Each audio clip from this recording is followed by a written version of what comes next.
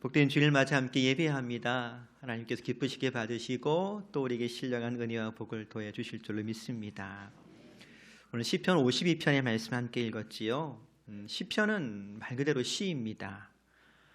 시가 무엇일까? 좀 사전적인 의미를 좀 찾아봤더니요.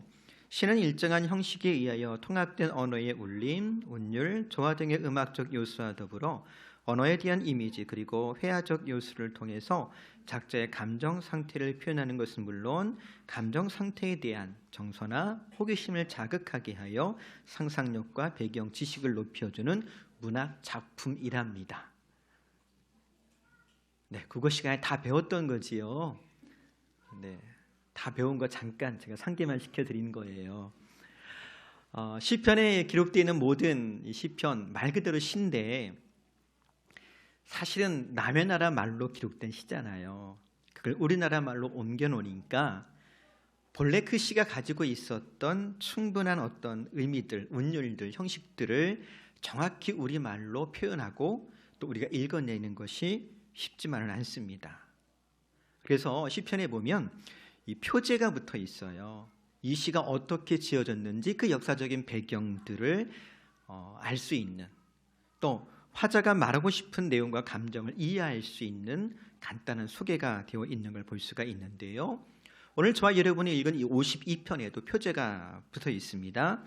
다윗의 마스길, 인도자를 따라 부르는 노래, 에돔인 도에게 사울에게 이르러 다윗이 아히멜렉의 집에 왔다고 그에게 말하던 때에. 이 무슨 이야기냐면 다윗이 하루는 사울 왕이 보낸 군대들을 피해서, 군사들을 피해서, 군사긴 하지만 쉽게 표현하면 암살자예요. 암살자들이 집에 찾아온 거예요. 그래서 황급하게 잠자다 말고 창문을 넘어 도망을 쳤습니다. 말 그대로 아닌 밤에 홍두깨지요. 그리고 의지할 곳이 없던 다윗이 그 당시 이스라엘 사람이라면 누구나 그랬을 것처럼 제사장 아히멜렉에 가서 도움을 청합니다. 거기서 제사장이 아니면 먹을 수 없는 진설병을 얻어 굶주린 배를 채우기도 하고요. 또 하나님의 성막에 보관되어 있던 골리앗의 칼을 얻어서 무장도 했습니다. 그런데 이 모든 걸 누가 목격했느냐? 사울의 목자장이었던 에돔 사람 도액이라는 사람이 목격했어요. 도액은 즉시로 그 일을 사울 왕에게 고발했습니다. 제사장 아히멜렉이 반역자 다윗을 도와줬다는 거예요. 그리고 이 일로 인해서 제사장 아히멜렉과 그의 식구 85명이 한나란 시에 도액의 칼에 다 죽임을 당하는 비극적인 사건이 일어나고 말았더랍니다. 다윗은 권력욕에 눈이 멀어서 악을 도모하고 또 제사장을 살해한 도액을 생각하면서 이 시를 썼습니다. 그러니 다윗이 이 시를 만들어 부를 때는 어떤 감정이었겠어요? 비통하고 속상하고 안타깝고 그리고 악인에 대한 분노가 아마 여기에 가득했을 거예요. 물론 다윗은 자신의 분노를 믿음의 사람답게 표현하는 방법을 알고 있었습니다. 만약 다윗이 기분대로 혹은 성질대로 자신의 감정을 표현했더라면 이렇게 시 혹은 노래를 만들어서 말하지 못했겠지요. 자신의 분노와 비통함을 시로 지어서 사람들의 기억에 각인시킬 수 있었던 것은 다윗이 감정을 절제할 줄 아는 성숙한 사람이었다라고 하는 것을 의미할 겁니다. 그래서 이번에는요, 저와 여러분이 이 시편 52편을 다시 한번 읽는데 그런 다윗의 심정으로 좀 감정을 좀 절제하면서 그럼에도 믿음으로 자신의 분노와 비통함을 신앙적으로 표현했던 다윗의 입장에서 한번 이 시를 읽어봤으면 좋겠어요. 다만 우리가 읽었던 개역개정 말고 세번역 성경이 조금 더 운율이 살아있으니까 세번역 성경을 한번 읽을 텐데 이 시편 중간에 보면 가로치고 셀라라고 적어놨거든요. 성경학자들도 이 셀라가 무슨 뜻인지 정확하게 몰라요. 의견이 분분해요. 어떤 사람은 그냥 우리가 아멘 하는 것 같은 추임사라고 하는 사람도 있고 어떤 사람은 그냥 잠깐 쉬라고 하는 그런 표현이라고 이해하기도 해요. 근데 시편 52편은 후자가 좀 맞을 것 같아요. 감정이 좀 격하니까 격할 땐 숨을 좀 잠깐 고를 필요 있잖아요. 셀라가 나오면 한 2초만 쉬고, 알았죠? 누구처럼? 다윗처럼 읽는 거예요.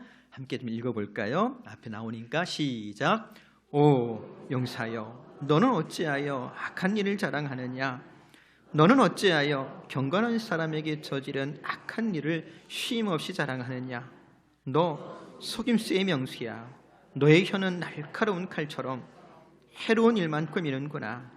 너는 착한 일보다 악한 일을 더 즐기고 옳은 말보다 거짓말을 더 사랑하는구나. 너 간사한 인간아, 너는 남을 해치지 말라면 무슨 말이든지 좋아하는구나. 하나님께서 너를 넘어뜨리고 영원히 없애 버리실 것이다. 너를 장막에서 끌어내어 갈기갈기 찢어서 사람 사는 땅에서 영원히 뿌리 뽑아 버리실 것이다. 의인이 그 꼴을 보고 두려운 마음을 가지고 비웃으며 이르기를, 저 사람은 하나님을 자기의 피난처로 삼지 않고 제가 가진 많은 재산만을 의지하며 자기의 폭력으로 힘을 쓰던 자다 할 것이다. 그러나 나는 하나님의 집에서 자라는 푸른 잎이 무성한 올리브 나무처럼 언제나 하나님의 한결같은 사랑만을 의지하련다. 주님께서 하신 일을 생각하며 주님을 영원히 찬양하렵니다. 주님을 믿는 성도들 앞에서 선하신 주님의 이름을 우러러 기리렵니다. 자, 이렇게 하는 게 뭐라고요? 이렇게 하는 것이 믿음의 사람이 하나님 앞에서 자신의 분하고 억울한 마음을 호소하는 방법이에요. 그래서 시편 52편은 그 내용적으로 본다면 탄원시에 해당합니다. 근데 다윗의 탄원은 우리가 읽은 것처럼 그냥 답답하고 속상하고 분한 마음을 하나님께 쏟아놓는 것으로 그치지 아니하고 8절과 9절에 이렇게 고백하잖아요. 그러나 나는 하나님의 집에서 자라는 푸른 잎이 무성한 올리브 나무처럼 언제나 하나님의 한결같은 사랑만을 의지하련다. 주님께서 하신 일을 생각하며 주님을 영원히 찬양하렵니다. 주님을 믿는 성도들 앞에서 선하신 주님의 이름을 우러러 기리렵니다. 그러나 그가 경험한 모든 불의한 일들 보았지만, 그래서 한편 세상에 어쩜 이럴 수 있을까 싶었겠지만, 그러나 나는 변함없이 하나님의 사랑을 의지합니다. 또 가슴속에는 지금 분노의 파도가 끊임없이 출렁이고 있지만 기억을 더듬어 보니까 하나님이 하시는 일들 가운데 이유 없는 일이 없더라는 거지요. 하나님은 결국 합력하여 선을 이루시는 분이심을 믿기 때문에, 그러나 주님을 믿는 성도들 앞에서 선하신 주님을 찬송하겠다라고 다짐하며 고백하고 있는 것입니다. 세상 사람들은 억울해서 고소하고 혹은 못 먹는 감 찔러나 본다는 심보로 고발도 합니다만, 다윗은 그런 식으로 탄원하고 있는 것이 아니라 여전히 믿음으로 하나님의 사랑을 의지하며 여전히 하나님께서 행하실 선한 일을 기대하고 있었던 것입니다. 그리고 한 걸음 더 나아가서요, 이 일을 교훈 삼고자 했어요. 그래서 표지에 보면 다윗의 마스길이라고 적고 있지 않습니까? 이 마스길이라고 하는 단어의 뜻이 뭐냐면 교훈이란 뜻이에요. 즉 시편 52편은 다윗이 억울하고 분통한 감정을 해소하기 위해 지은 시가 아니라 사람들에게 뭘 주려고요? 교훈 주려고 지은 시예요. 그래서 우리가 읽은 이 시편 52편 9절에 보면 마지막에 이런 말도 합니다. 주께서 이를 행하셨으므로 내가 영원히 주께 감사하고 주의 이름이 선하심으로 주의 성도 앞에서 내가 주의 이름을 사모하리이다. 성도, 즉 믿는 사람들, 그 믿는 사람들 앞에서 이 시를 만들어 부르고 믿는 성도들이 두고두고 기억할 수 있도록 이 시를 지어 불렀다는 거예요. 그리고 다윗의 시지만 우리가 이 말씀 대할 때 하나님 말씀으로 대하잖아요. 그러니 하나님께서 다윗을 통해서 성도된 우리에게 주시는 하나님의 교훈으로 우리도 읽을 수가 있을 겁니다. 그렇다면 시편 52편을 통해서 주시는 교훈은 무엇일까? 첫째로요, 악인을 향한 하나님의 심판의 경고를 읽을 수 있습니다. 먼저 1절 보니까 이렇게 이르고 있지요. 포악한 자여 내가 어찌하여 악한 계획을 스스로 자랑하는가. 하나님의 인자하심은 항상 있도다. 여기서 말하는 포악한 자는 누구겠어요? 그렇죠. 제사장의 집안 85명을 다 칼로 쳤던 그 도액을 일컫는 말일 겁니다. 근데 그는 에돔 출신이었음에도 불구하고요, 이스라엘 사람이 아닌 거예요. 그럼에도 불구하고 그는 사울의 목자장이 됐습니다. 다른 말로 이야기하면 힘도 권력도 재산도 얻었다는 거예요. 그가 에돔 사람임에도 불구하고 목자장이 된 것을 다윗은 어떻게 이해하느냐? 하나님의 인자하심은 항상 있도다라는 표현을 통해서 차별함이 없는 하나님의 은혜 때문이라고 말하고 있는 거예요. 그렇지만 도액은 하나님의 은혜로 얻은 그의 권세, 그의 권력 어떻게 사용했더랍니까? 3절에 보니까 이렇게 적지요. 너는 선한 것보다 악한 것을 좋아하고 의로운 말보다 거짓말을 더 잘하는구나. 은혜 받았음에도 불구하고 그가 받은 은사와 재능 그리고 그것을 선용할 수 있는 기회를 도리어 악한 일에 사용했다는 거예요. 이걸 가리켜서 뭐라고 할까? 죄악에 빠졌다라고 할 수 있을 겁니다. 사랑하는 성도 여러분, 우리도 은혜 받은 사람이지요. 예수 안에서 거듭나고 하나님의 자녀가 되었으며 그리스도의 몸된 교회가 되었습니다. 그리고 하나님께서 저와 여러분에게 재능을 주시고 은사를 주셨어요. 매일매일 하나님께서 허락하신 놀라운 은혜와 기회를 누리고 있습니다. 하지만 그 은혜에도 불구하고 언제든 우리도 뭐에 빠질 수 있더라고요? 죄에 빠질 수 있다라고 하는 걸 잊지 말기를 바랍니다. 심지어 죄를 지으면서도요, 하나님께서 불꽃 같은 눈으로 나를 살피고 계시고 하나님께서 악인을 심판하신다라고 하는 것을 전혀 생각하지 않고 살아갈 때도 있을 거예요. 사실 죄를 짓는 사람의 기본적인 심리 상태, 마음은 어떤 마음이냐면 하나님 모를 거야. 혹은 하나님이 어디 있어? 하나님은 없어. 그게 죄인의 마음이에요. 시편 53편 1절에 보면 역시 다윗의 시인데요, 악인의 마음을 이렇게 고발합니다. 어리석은 자는 그의 마음에 이르기를 하나님이 없다 하도다. 그들은 부패하며 가증한 악을 행하며 선을 행하는 자가 없도다. 그러나 하나님께 모르는 게 있다면 하나님이겠어요?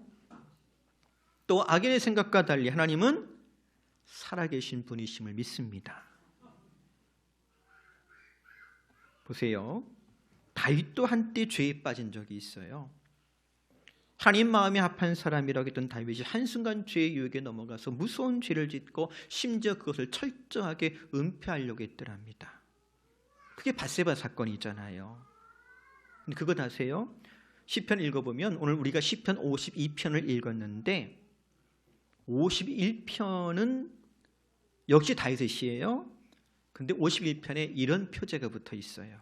다윗의 시, 인도자를 따라 부르는 노래. 다윗이 밧세바와 동침한 후 선지자 나단이 그에게 왔을 때. 무슨 얘기입니까?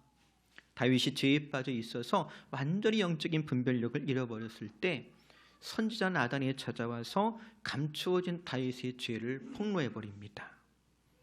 그제야 다윗이 자신의 죄를 깨닫고 하나님께 회개하면서 지은 시가 시편 51편인데요. 이런 시를 가리켜 참회시라고 부르거든요. 오늘 우리가 읽은 시편 52편 앞에 다윗이 범죄했다가 회개하면서 지은 참회시 51편을 배치한 게 그냥 우연한 일은 아닐 거예요. 죄에 빠지는 위험이 포악한 어떤 사람에게만 있는 게 아니고요. 누구든지 방심하면 죄의 함정에 빠질 수 있다라고 하는 것을 경고하는 거예요. 여러분, 천하의 다윗도요, 아차하는 순간에 죄의 유혹에 넘어가서 죄에 빠지고 말았더랍니다. 그러니 오늘 우리는 어찌해야 되겠습니까? 우리는 어떻게 죄의 함정을 피하며 죄의 유혹을 이길 수 있을까요? 시편 51편에 보면 다윗이 회개하면서 간구한 내용이 있는데요, 6절에 이렇게 간구합니다. 보소서, 주께서는 중심이 진실함을 원하시오니 내게 지혜를 은밀히 가르치리이다. 사랑하는 성도 여러분, 나의 옳음, 나의 의로움, 나의 생각을 신뢰하기보다는요, 선악을 분별하는 주님의 지혜를 늘 구할 수 있기를 바랍니다. 그 얘기하고 있는 거예요, 다윗이.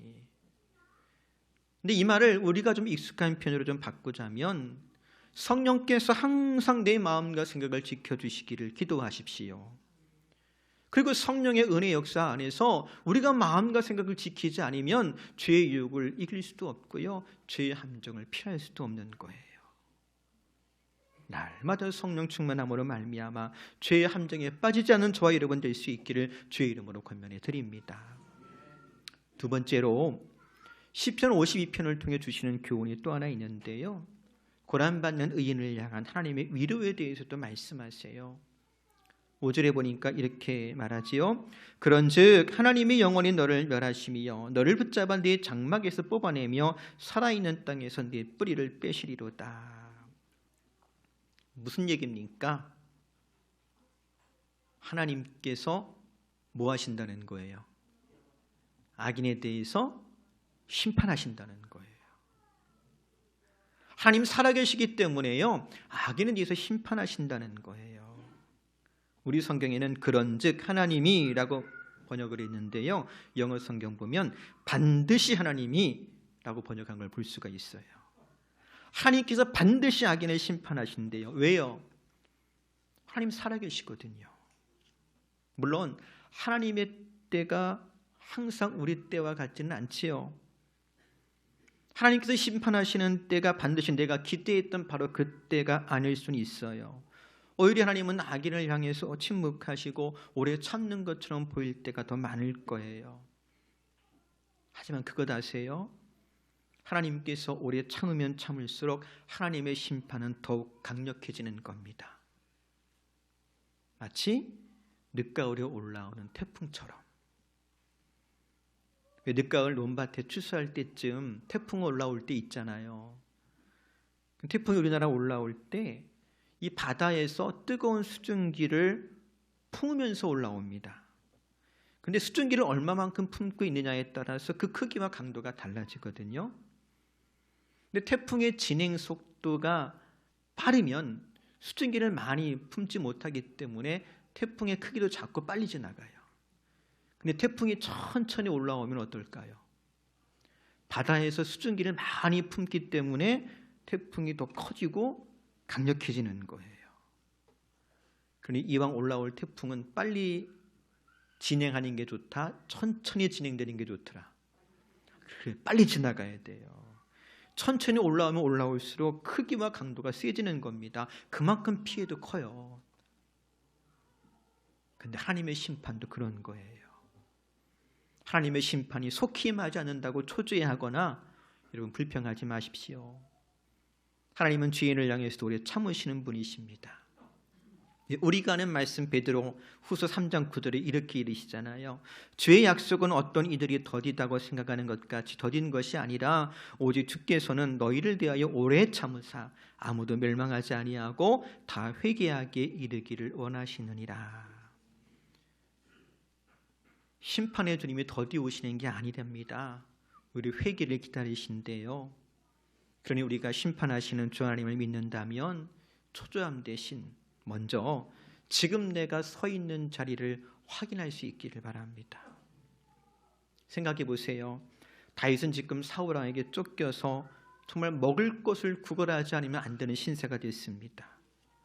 또 다윗을 도와주었던 제사장과 그의 가족이 다 죽임을 당했으니 이제 누가 선뜻 나서서 다윗을 도와주겠어요? 아무도 없습니다. 어쩔 수 없이 다윗은요, 사람이 살지 않는, 아니 살 수 없는 광야로 도망을 칩니다. 우리 식으로 좀 바꿔 표현하면요, 다윗은 길거리에 나앉은 거예요. 그럼에도 다윗이 오늘 이렇게 고백합니다. 시편 52편 8절 우리 같이 읽어볼까요? 그러나 나는 하나님의 집에 있는 푸른 감람나무 같음이요 하나님의 인자하심을 영원히 의지하리로다. 그러나 나는 어디에 있다고요? 하나님의 집에 있대요. 하나님의 집에 있는 감람나무 같대요. 우리나라에도 500년 되었느니 600년 되었느니 하는 은행나무 있잖아요. 오래 살잖아요. 근데 감람나무도 올리브나무도 500년씩 산다고 그럽니다. 그 올리브나무가 500년을 살 수 있는 이유는 뭐겠습니까? 생명 주시고 보호하신 하나님의 은혜 때문일 거예요. 마치 그처럼 다윗은 비록 광야 한가운데 메마르고 척박한 땅, 우리식으로 말하면 악인의 횡포 때문에 길거리에 나앉았어도 나는 여전히 하나님의 보호하심 가운데 있고 나를 향한 하나님의 인자하심, 그 헤세드, 사랑과 은혜는 변함이 없다라고 선언하고 있는 것입니다. 오늘 우리도 마찬가지입니다. 비록 광야 한가운데 혹은 길거리에 나앉은 것 같을지라도 하나님의 사랑은 변함이 없는 줄로 믿습니다. 나는 그리스도 예수 안에 있습니다. 그리스도의 몸된 교회 안에 있고 하나님의 은혜 가운데 있음을 잊지 말기를 바랍니다. 그 은혜 가운데 위로받고 세임 얻으며 하나님께서 모든 것을 바로잡을 그때 하나님을 찬송하는 저와 여러분 될 수 있기를 주의 이름으로 축복합니다. 말씀을 정리합니다. 시편 50편 9절에 보면 다윗의 어떤 결심과 같은 고백이 기록되어 있지요. 주께서 이를 행하셨으므로 내가 영원히 주께 감사하고 주의 이름이 선하심으로 주의 성도 앞에서 내가 주의 이름을 사모하리이다. 아직 하나님의 심판이 임한 건 아니에요. 그렇지만 이미 이루어진 것처럼 말하고 있지 않습니까? 그래서 미리 감사합니다. 기쁨으로 찬양합니다. 하나님께 소망을 두었기 때문에 가능한 일이에요. 그리고 우리도 마찬가지입니다. 악인의 형통함 때문에 낙심하지 말고 하나님께 소망을 두고 하나님의 때를 기다리는 저와 여러분 되기를 바랍니다. 하나님은 살아계십니다.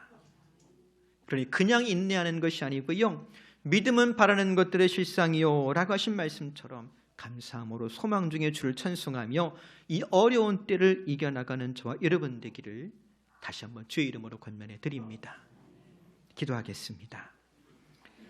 하나님, 세상이 어찌 험한지요, 사람들이 어쩌면 이렇게 악한지요, 주 앞에서 순전함을 지키는 것이 오히려 어리석은 일처럼 느껴질 정도입니다. 그럼에도 하나님을 바라봅니다. 우리 안에 계신 성령님, 우리에게 지혜로운 마음을 주셔서 죄 많은 세상에서 죄의 유혹에 넘어지지 말게 하시고 악인의 형통함 때문에 불평하는 것 대신 믿음을 지키며 심판하시는 주님의 날을 준비할 수 있도록 은혜 위에 은혜를 더하여 주옵소서. 변함없이 함께 하시는 주님의 은혜가 이 죄 많은 세상을 넉넉히 이기게 하실 줄로 믿습니다. 살아계시며 심판의 주가 되시는 예수 그리스도의 이름으로 기도합니다.